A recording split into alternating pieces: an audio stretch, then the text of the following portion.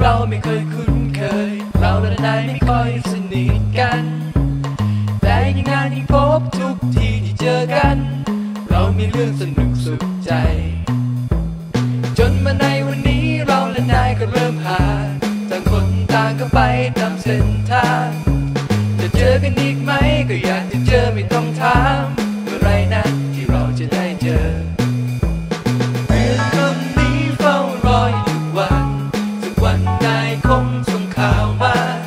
อยากจะรู้ก็สงสัยความเป็นอยู่ที่ผ่านมาเลยเขียนจดหมายฉบับนี้ไปมีคำถามมากมายรอให้นายตอบไม่เจอกันนานจะสบายดีหรือเปล่าจากในวันนั้นฉันยังจำได้ทุกเรื่องราวไม่เคยละลืมแม้แต่เรื่องราวคำที่เคยคุยกันนายจะรู้บ้างไหมว่าเพื่อนคนนี้ยังเฝ้ารอถ้านายจะมีกับใจจะผูกพันยังไงก็อย่าลืมช่วยส่งข่าวมาแล้วกันได้รู้ข่าวก็ยังดี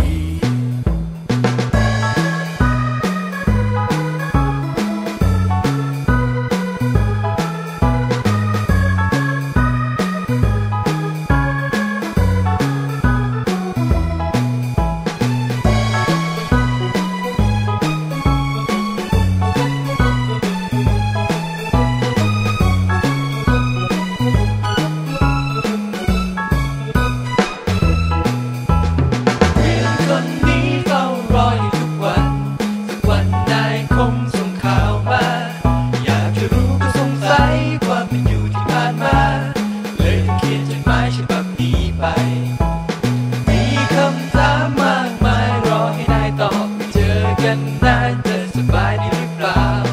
จากในวันนั้นฉันยังจำได้ทุกเรื่องราวไม่เคยละ